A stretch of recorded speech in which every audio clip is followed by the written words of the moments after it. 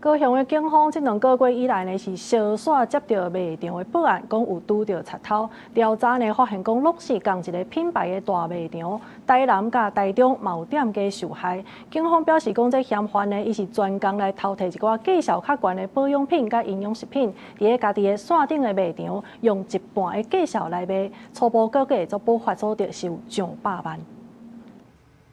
探店员无咧注意，37岁以上的查甫人，黑色的卡邦拍开，架顶悬的保养品开始撒咧一直落。高雄市刑警大队这2个月小耍接到店家报案，讲物件互偷摕去，一查发现5件窃案拢是同一间品牌的连锁卖场。警方表示，嫌犯因为发现这间连锁卖场的防盗措施无启动，后来就针对同品牌店来下手，偷摕物件拢是价小较悬的保养品，也是保健食品。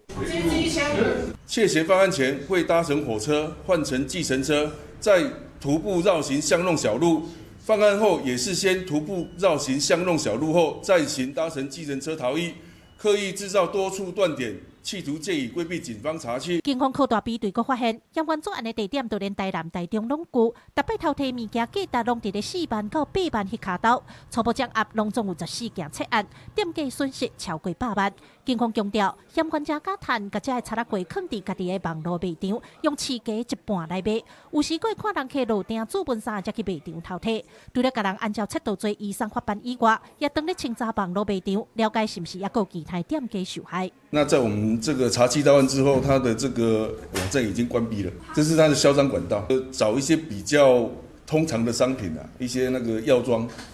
在网络铺货。 嫌犯的网络卖场小界共经营9年，所有物件保证原厂正规，看起来相当的靠实。警方也提醒，虽然甲嫌犯买查拉柜的人客拢是不知情的善意第三者，被追究责任。不过，民众网络买物件，若看到介绍侦查伤济，拢爱注意，避免开钱买到麻烦代。记者柯家做邱超阳高雄场报道。